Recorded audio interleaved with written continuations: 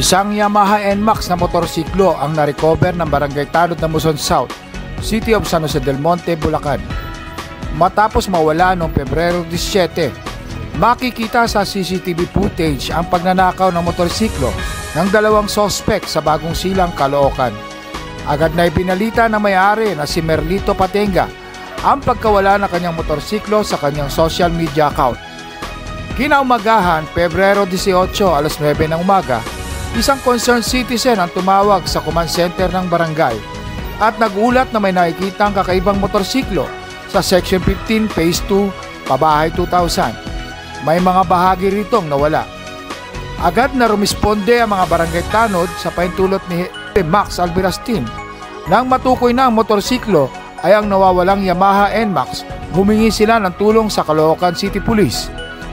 Dumating ang mga pulis, pinangunahan ni Police Investigator Jerome de la Cruz at kinilala si Merlito Patenga bilang may-ari. Ipinakita ni Ginoong Patenga ang mga kinakailangang dokumento upang mapatunayan ang pagmamay-ari. Lubos ang pasalamat ni Ginoong Patenga sa mga barangay Tanod ng Muson South at sa kapulisan sa mabilis na pagkilos upang ma-recover ang kanyang motorsiklo.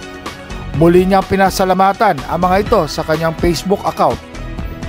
Para sa Balitang Barangay, ako si Eric Ricardo, We Care, Serbisyong Mabilis, Muson South Public Information Office.